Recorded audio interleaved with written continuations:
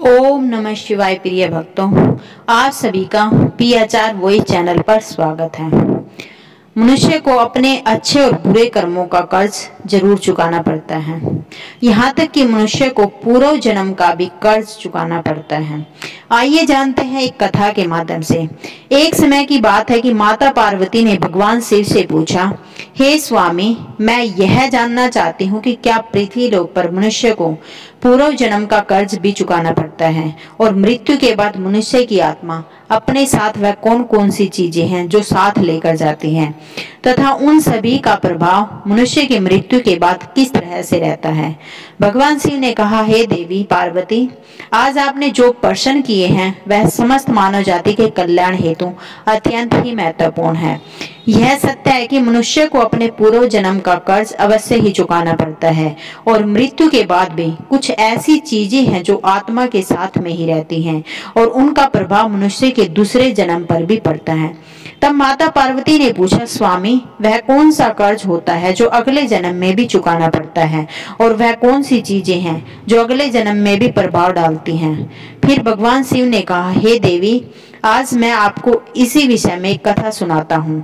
आप इस कथा को ध्यान लगाकर पूरा सुनना, आपको आपके सभी प्रश्नों के उत्तर अवश्य मिल जाएंगे।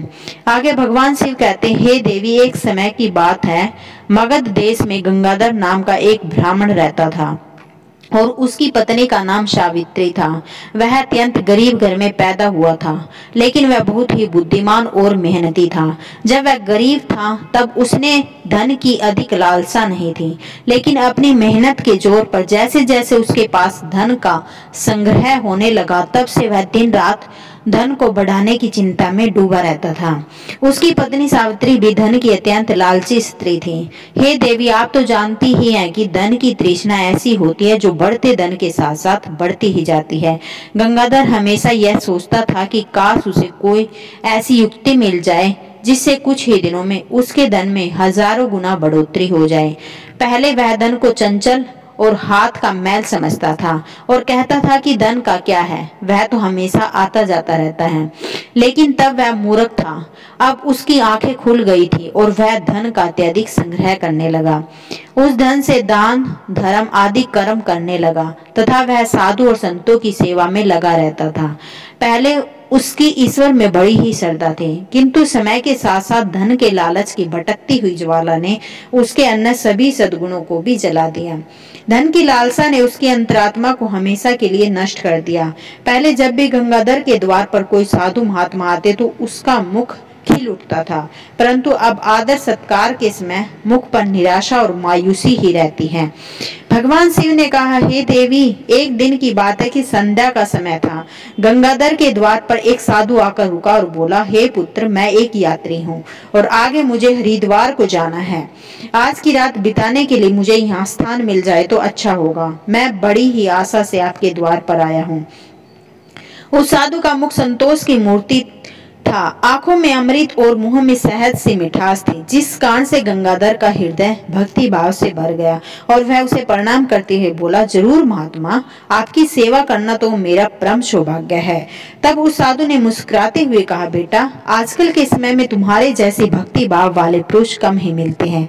इस संसार से धर्म का भाव ही जैसे उठ गया हो। इस प्रकार से साधु के मुख से अपनी प्रशंसा सुनकर गंगाधर का हृदय खिल उठा। उसको ऐसा प्रतीत हुआ मानो उसे स्वर्ग में ही स्थान मिल गया हो। फिर उसने कहा, महाराज, अगर हम आप जैसे संतों की सेवा नहीं करेंगे तो इस मानव जीवन का क्या लाभ है। ऐसा कहते हुए गंगाधर उस महात्मा को अपने घर के अंदर ले गया। जब उन्होंने घर में प्रवेश किया तब गंगाधर ने उनके स्वागत में कोई कमी नहीं छोड़ी। उनके खाने के लिए स्वादिष्ट भोजन बनवाया, नाना प्रकार की मिठाइयां बनवाई। भले ही गंगाधर उन महात्मा को इतने पौष्टिक आहार देने में पक्ष में नहीं था, लेकिन उन महात्मा की बातों में कुछ ऐसी शक्तियां थी कि उसके वर्षों पुराने विचार चंद पलों में ही बदल गए। जैसे सूखी हुई धरती पर एक दिन की बारिश से हरियाली छा जाती है, उसकी भक्ति भाव से महात्मा का दिल खुश हो गया तथा रात भर बातें होती रही, ज्ञान और भक्ति की चर्चाएं चलती रही। अंत में गंगाधर ने पूछा कि महात्मा, आप साधु कैसे बने। साधु ने हंसकर उत्तर दिया, बेटा, बुढ़ापा आ गया है, अब क्या सारी उम्र गृहस्थी में ही फंसा रहूंगा? कुछ हरि भजन भी तो करने चाहिए। ईश्वर की कृपा से मैंने खूब धन कमाया है, मेरे 2 पुत्र और 2 कन्याएं भी हैं। अब सारी धन दौलत उन्हें बांट दी और अब तीर्थ यात्रा को जा रहा हूँ। फिर कुछ समय के पश्चात गंगाधर ने साधु की तरफ देखा, पूछा, तो आपने अपना सब कुछ बच्चों को दे दिया या अपने पास भी कुछ रखा? तभी साधु ने उत्तर दिया, बेटा, मेरा हाथ में जो यह छड़ी देख रहे हो यह अंदर से खोखली है, इसमें मैंने 400 स्वर्ण मुद्राएं डाल रखी हैं। यात्रा में कभी कभी धन की आवश्यकता भी पड़ जाती है। और यह कहते कहते साधु को नींद आ गई। लेकिन गंगाधर जाग रहा था और यह सारी बातें उसकी पत्नी सावित्री ने भी सुन ली थी। अब रात्रि का पहला पहर बीत गया था। वह बार बार महात्मा की छड़ी की ओर देख रहा था और मन ही मन कुछ सोच रहा था। अब उसके अंदर लोभ का संचार हुआ, किंतु उसकी अंतरात्मा इस घृणित कार्य को करने से रोक रही थी।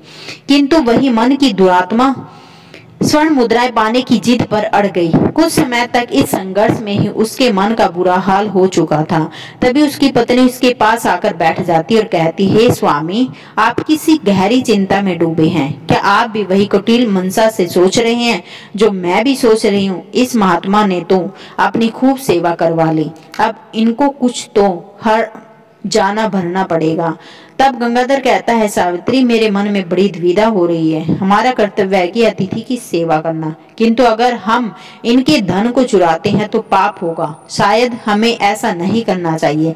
तब उसकी पत्नी ने कहा, स्वामी, आप कैसे फिजूल की बातें कर रहे हो? इस महात्मा की उम्र ढल चुकी है और क्या पता कब यह लुढ़क जाए। वैसे भी अब यह अनाथ और अपना अंतिम समय बिताने हेतु यात्रा पर जा रहे हैं।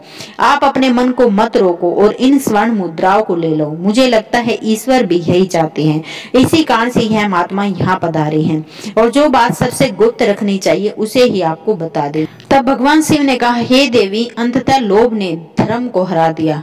गंगाधर ने कांपते हुए छड़ी उठाई। उसकी अंतरात्मा ने एक बार फिर से फड़फड़ाना शुरू किया, लेकिन लोभ ने उसे दबा दिया। तभी गंगाधर और सावित्री ने छड़ी खोली और उसमें से स्वर्ण मुद्राओं को निकाल लिया और उनकी जगह सामान्य लोहे के सिक्के भर दिए। महात्मा अगले दिन प्रातः गंगाधर और उसकी पत्नी से विनम्रता पूर्वक आज्ञा लेकर स्नान आदि करके अपनी अगली यात्रा के लिए तैयार हो गए। किंतु अभी भी गंगाधर का दिल धड़क रहा था। उसे डर था कि कहीं साधु को शक ना हो जाए।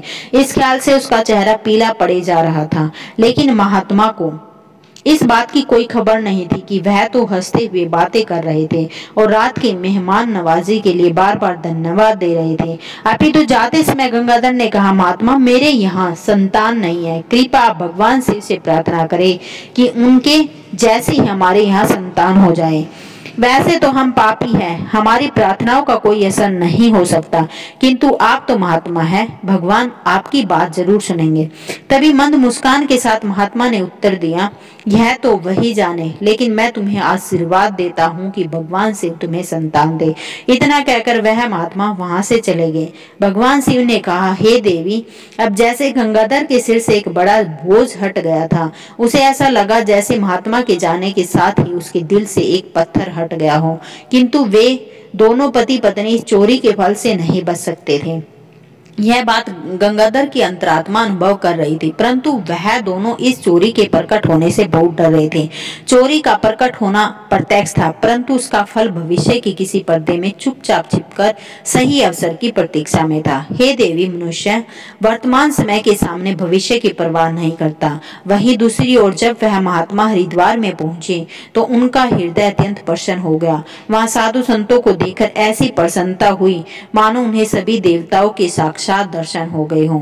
फिर अगले दिन उन्होंने उस मंदिर के मुख्य रसोइयों को बुलाकर कहा, महाराज, मैं यहाँ दर्शन हेतु आने वाले सभी यात्रियों के लिए अन्न दान करना चाहता हूँ। अब यही एक मेरी इच्छा बाकी है। कृपा मुझे बताए कि सभी लोगों के भोजन के लिए कितना खर्च हो सकता है। तभी उस व्यक्ति ने कुछ हिसाब लगाते हुए बताया कि महाराज, उसके लिए लगभग 300 स्वर्ण मुद्राएं लग सकती हैं, कुछ कम तथा ज्यादा भी लग सकती हैं। क्या आपके पास इतना पर्याप्त धन है? साधु ने कहा, ठीक है, मैं इसका प्रबंध कर देता हूँ।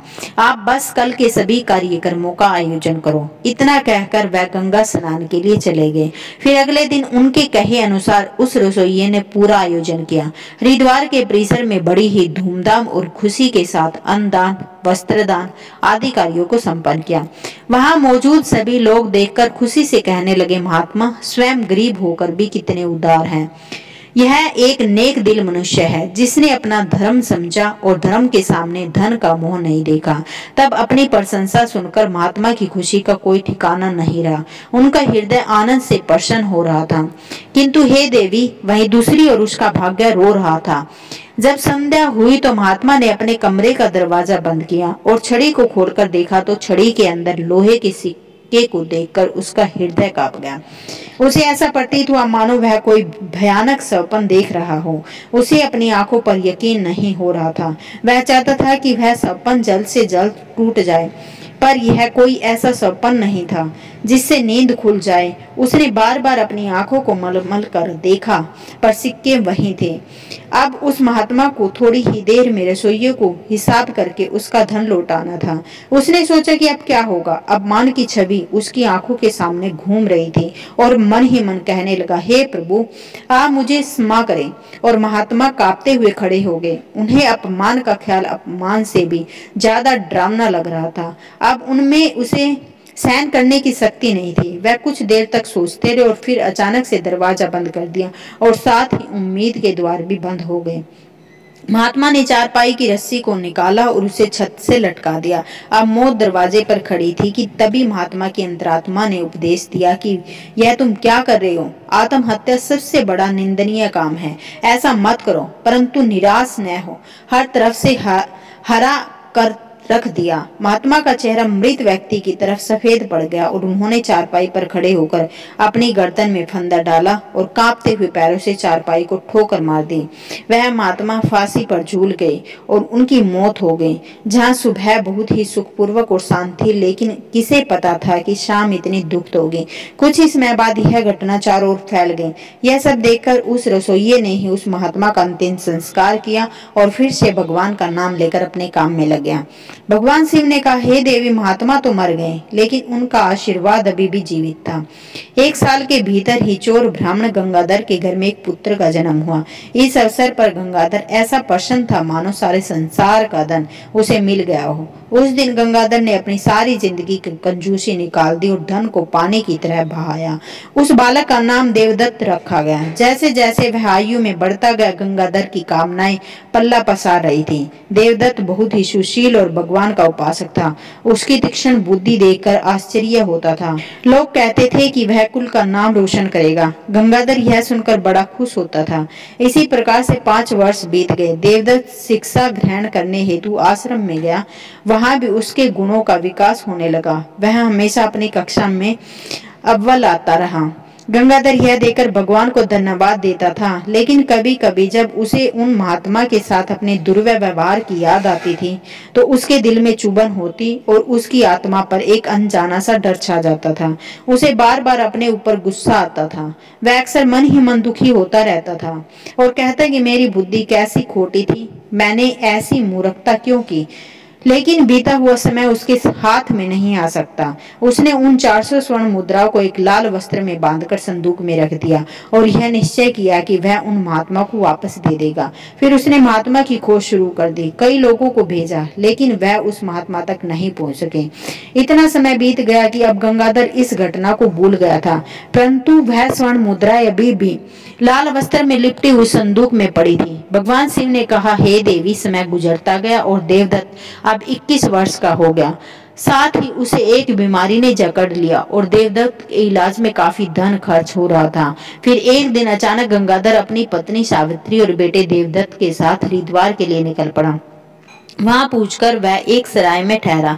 वहां गंगाधर को पता चला कि उसके बेटे देवदत्त का व्यवहार साधुओं जैसा हो रहा है। उसके अंदर वैराग्य आ रहा है। वह दिन रात साधुओं के डेरे में समय बिताता और जब भी किसी दीन दुखी को देखता तो उनकी मदद करता था। इसे देखकर गंगाधर बहुत परेशान होता था, पर वह कुछ नहीं कर पाता था क्योंकि देवदत्त उसकी इकलौती संतान थे।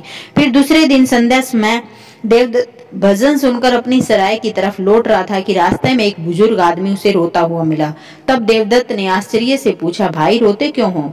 तब वह बुजुर्ग कहने लगा, बेटा क्या कहूँ, कहते हुए लज्जा आती है। अगर तुम जानना ही चाहते हो तो सुनो, मैं गंगा जी में डूबकर अपना जीवन समाप्त करने जा रहा हूँ, क्योंकि मुझे व्यापार में घाटा हुआ है और मेरे सिर पर बहुत सारा कर्ज है। देवदत्त ने कहा, अरे यह तो छोटी सी बात है। उस बुजुर्ग ने अजीबोगरीब नजरों से देवदत्त की ओर देखते हुए कहा, मुझे अपना कर्ज चुकाना है, नहीं तो मेरे पास आत्महत्या करने के अलावा कोई विकल्प ही नहीं। फिर देवदत्त ने पूछा कि महाराज, आपको कितने धन की आवश्यकता, कृपया मुझे बताइए। जब इंसान निराश होता है तब उसे हर कदम पर उम्मीद नजर आती है। उस बुजुर्ग आदमी ने हिसाब लगाकर जवाब दिया और कहा, मेरे सिर पर लगभग 400 स्वर्ण मुद्राओं का कर्ज है। देवदत्त फिर से कुछ देर के लिए चुप रहा। फिर उसने कहा, महाराज आप चिंता मत करो, आप बस इसी गंगा के तट पर मेरी प्रतीक्षा करो, बस मैं अभी वापस आता हूँ, आपके लिए मैं कहीं से धन का संग्रह करके लाता हूँ। तब बुजुर्ग आदमी ने कहा, बेटा यही पास में ही मेरी एक झोपड़ी है, तुम वहीं आ जाओ। उसी समय देवदत्त भागते हुए वापस सराय में आ पहुंचा। उसका चित्त व्याकुल था। वह चाहता था कि जितनी जल्दी हो सके बुजुर्ग आदमी का संकट दूर कर दूं। जब वह सराय पर पहुंचा तब उसके माता पिता कहीं बाहर गए हुए थे। अब वह देवदत्त का रास्ता साफ हो गया था। उसने संदूक पर जो ताला लगाया हुआ था उसे एक पत्थर से तोड़ दिया, फिर संदूक को खंगालना शुरू कर दिया। तभी देवदत्त के हाथ में वह लाल वस्त्र आ गया। उसने उसे कांपते हाथों से खोला और उसका दिल कमल की भांति खिल उठा। उस रुमाल में पूरी 400 स्वर्ण मुद्राएं थी और यह वही सोने की मुद्राएं थी जिन्हें गंगाधर ने कभी एक महात्मा से चुराया था।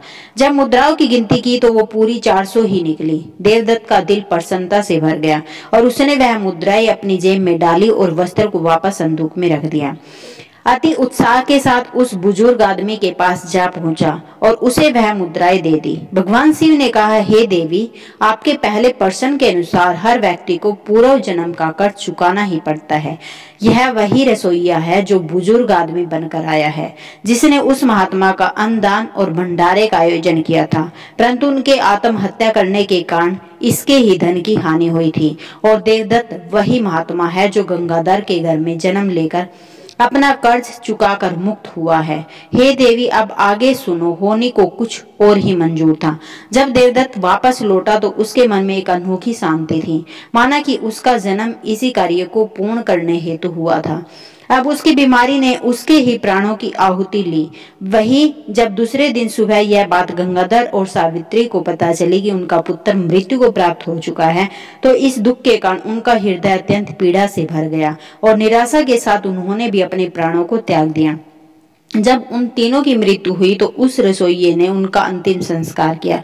फिर जब उन तीनों की आत्माओं को यमराज के दरबार में लाया गया तब यमराज ने देवदत्त को स्वर्ग में भेज दिया। वही दूसरी ओर गंगाधर और उसकी पत्नी को घोर नरक में डाल दिया। तत्पश्चात उन दोनों को ही अपाहिज बनाकर धरती लोक पर कुत्ते के रूप में जन्म लेकर वापस भेज दिया।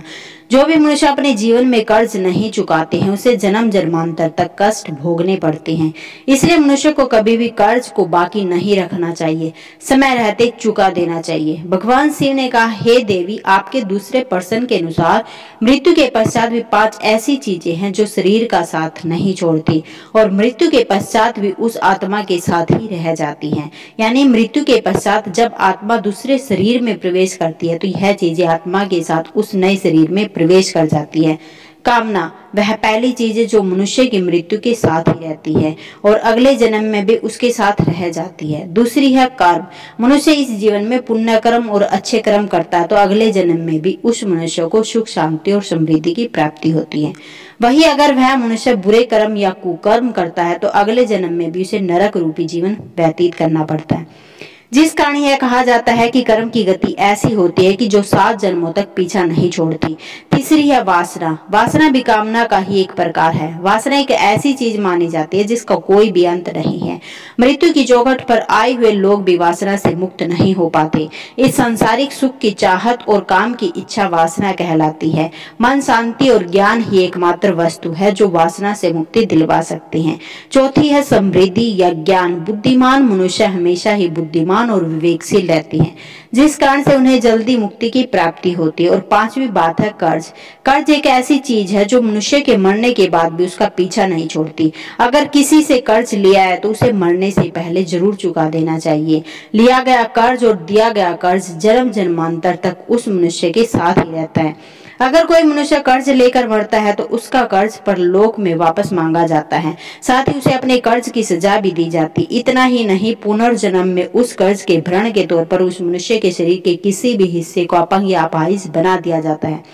वीडियो अगर पसंद आए तो वीडियो को लाइक और हमारे चैनल PHR वॉइस को जरूर सब्सक्राइब करें और अपने दोस्तों के साथ शेयर जरूर करें। भगवान आपकी सभी मनोकामनाओं को पूरी करें।